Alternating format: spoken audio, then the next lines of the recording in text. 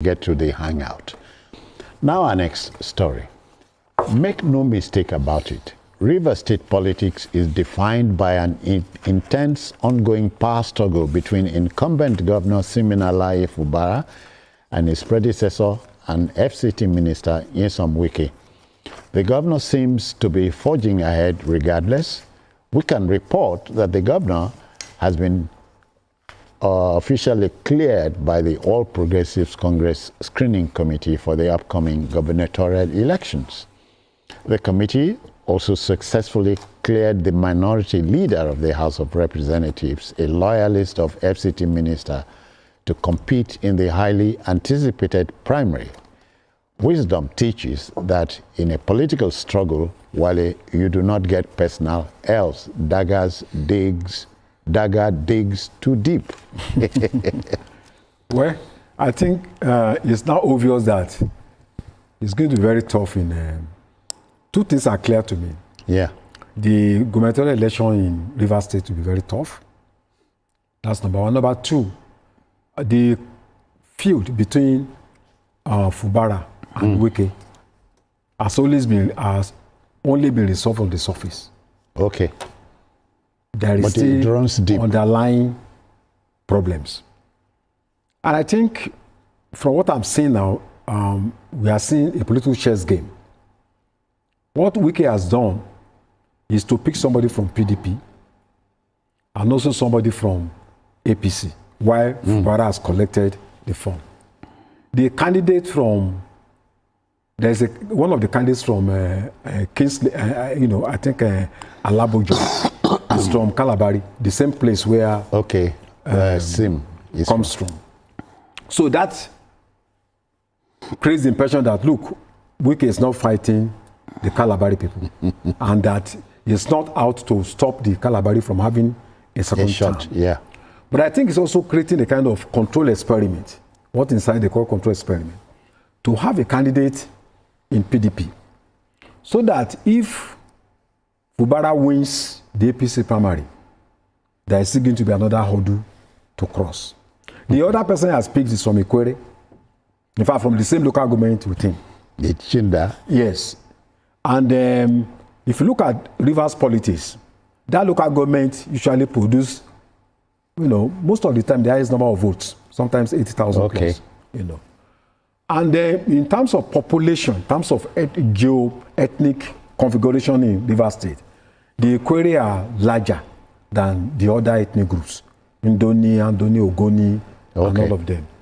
So if you look at since 1999, it's only, I think, Odili that wasn't an Ikwere man. All the other governors we have had, they have always, come from Ikwere. And it was a good thing that Wike decided to create a kind of power shift for the first time to, Calabari. So I think it's going to be very tough. It's going to be unpredictable. And I hope that we'll be able to manage this without any, bloodshed. Yeah.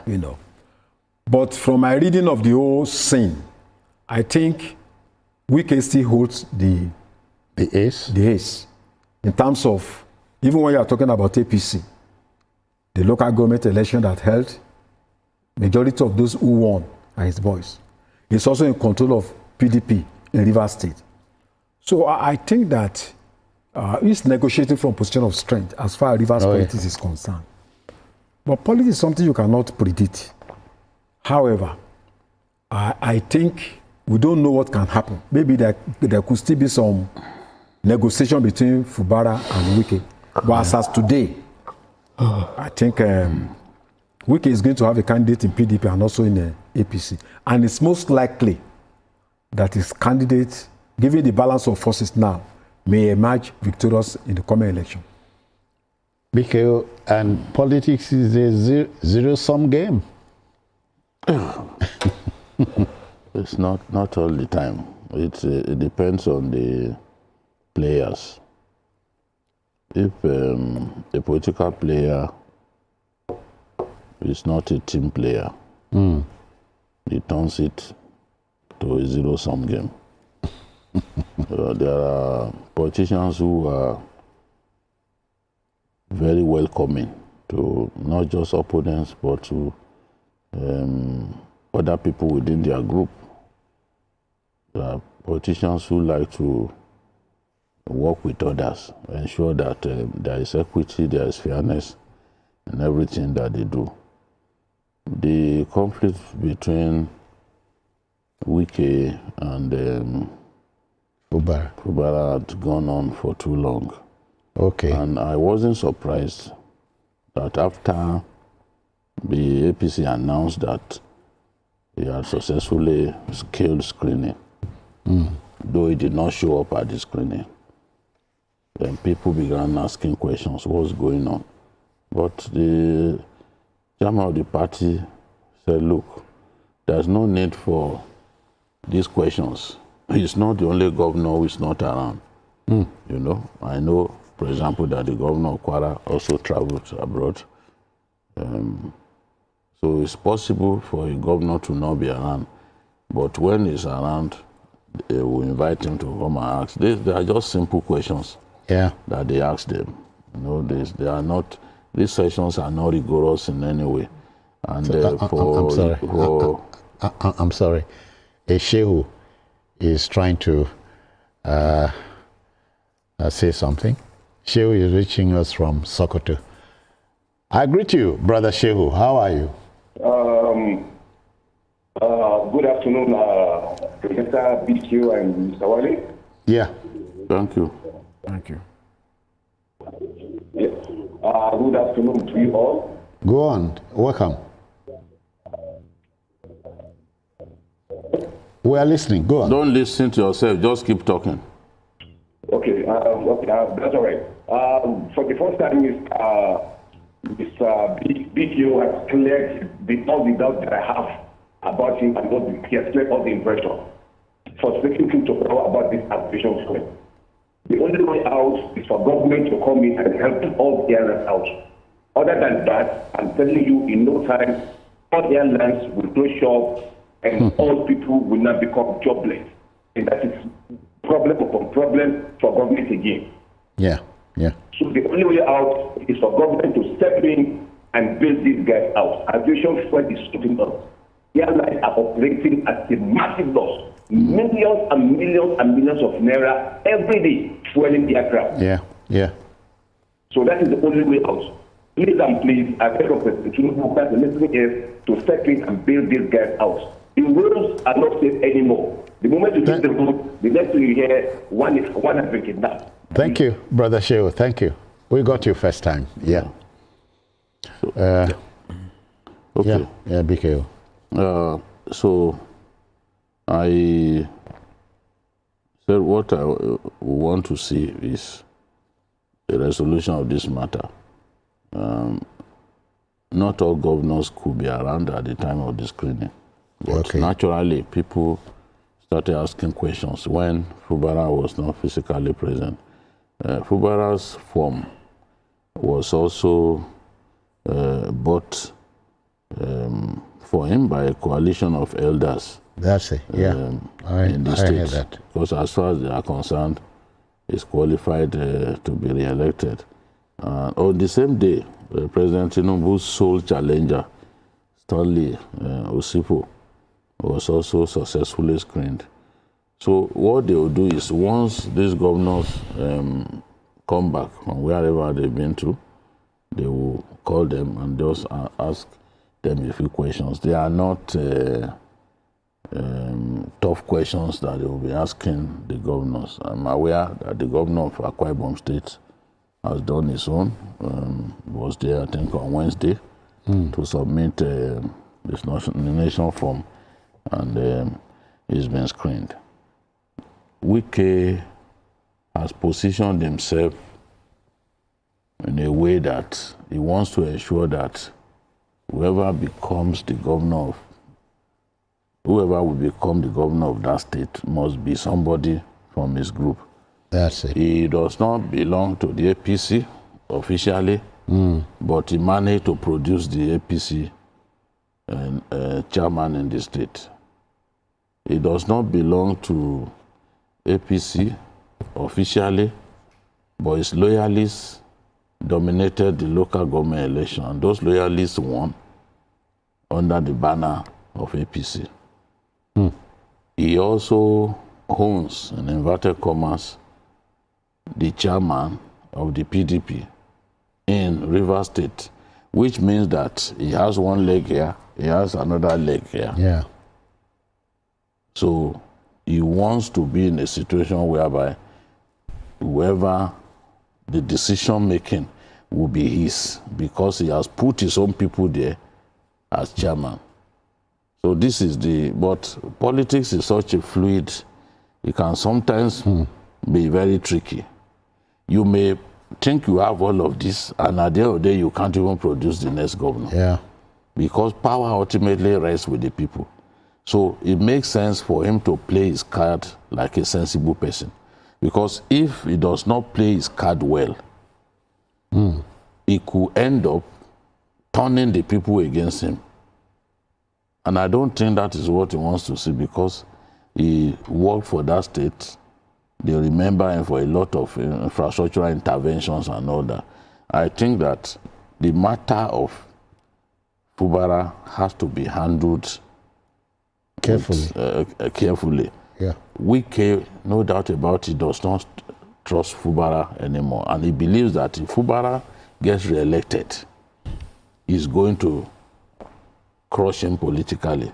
Because if you are still chasing re-election and you can go that far with your boss. So Wike thinks that if Fubara is returned, that he will be in trouble. And yes, they've made effort. Mr. President has intervened 5 times. In the matter? Yes, 5 times. They've met abroad, they've met at home. But I don't think that Fubara's hand is thrust after the slugfest between both men. And it's natural. When we go to court, we usually don't come back and remain friends. Oh, yeah. That is a fact of life. You start doubting that if this person went this far with me, can I trust him again? You know, that is the fear that he has. And this was someone that they had worked together in the government house. Was the accountant, he was his accountant for government house. Yeah. Yes. And then and he became governor. So, but now, I don't think that, I think there's a total breakdown of trust between both men. He's scared that if Fubara comes back, Fubara is going to retire him politically. That is his mortal fear. That is his mortal fear. And he thought that the solution to the problem was to impeach Fubara, but the president stepped in. And when the president stepped in, what did the president do? The president sent Fubara on suspension. It was done to save Fubara because Wike had the numbers and he had just won in the Supreme Court. So whatever I told the lawmakers to do, they would do, and Fubara will have become history today. But Mr. President didn't want Wike to do that. That was why Wike, during a media chat, said he was not happy that emergency rule was declared, because he had planned to use his boys in the house to send Fubara packing. So Mr. President stepping in at that time with that declaration of state of emergency was meant to save Fubara from impeachment. And Fubara acknowledged that when he addressed the press some time ago and said, "You people don't know that this man saved me. He saved me. If not for his intervention, I won't be standing before you today." So Mr. President read the situation very well and said, "Look, let me step in." So I don't know how many times they expect an old man to be intervening in their matter. But Wike has to moderate. Yes, he has to be careful. The game, power belongs in the hands of the people. The people. And if you allow the people to feel so strongly that you are just bent on getting rid of this man, then you may lose the support of the people. Yeah. Well, late American President Abraham Lincoln was right when he said the ballot is stronger than the bullet. So the people are the ultimate decision makers. Decision makers. Yes. I thought that the 6 months, emergency rule will have provided a window of opportunity for them to resolve all the whatever gray areas. differences. Yeah. Unfortunately, that didn't happen. So I think on both sides, there are two sides to a coin. Both sides need to be very careful. Fubara also needs to play his game very well. Okay. Because I think he has more to lose. You are not allowed to even achieve anything in your first term, and you could not even write your name in history. People could not test you adequately whether you are a good governor or not. It was full of crisis. So sometimes you need to bend down low, at least to get what you want, especially when you are dealing with a very recalcitrant and very difficult person who is very difficult to please. So I think on both sides, they need to be very careful. Yeah. They need to be very cautious, and to realize at the end of the day, it might become an ill wind that blows no one any good. Any good, yeah. So in the interest of the people of Rivers State, they should allow common sense. They should allow logic. They should allow the interest of the people to prevail. Because now what I'm saying is that even if they don't resolve this crisis, whoever emerges as the governor still needs to battle to ensure control, majority control in the House of Assembly. Yeah. If that does not happen, if Fubara does not, if he wins without majority control, the issue of impeachment will come up again. Still come up. And I don't think it's every time the president will have to busy himself with Rivers politics when they cannot resolve the problems themselves. So the elders in Rivers State should also rise up to the occasion. Okay. Both Calabar elders, Ikore elders, bring them together. None of them has killed each other's children. So what is it that you want to... I don't even know why it is difficult to present a budget. I don't know. Yeah. Because that has been a sticking point. Yeah. Present a budget. So you stoop to conquer. But Fubara has consistently refused to take advice along that line. What is the big deal in presenting a budget? Yeah. They are still accusing him. Yeah. Up till now, he has not presented the budget. And you are spending money. Yeah. And you didn't present budget. Little wonder the late Chinese chairman Mao Zedong, he said, politics is war without bullets. Yeah. But that war is politics with bullets. That in war, you are killed once. Yeah. In politics, you are killed many times. A word is enough for the wise. Otherwise. Okay, then, to our next story.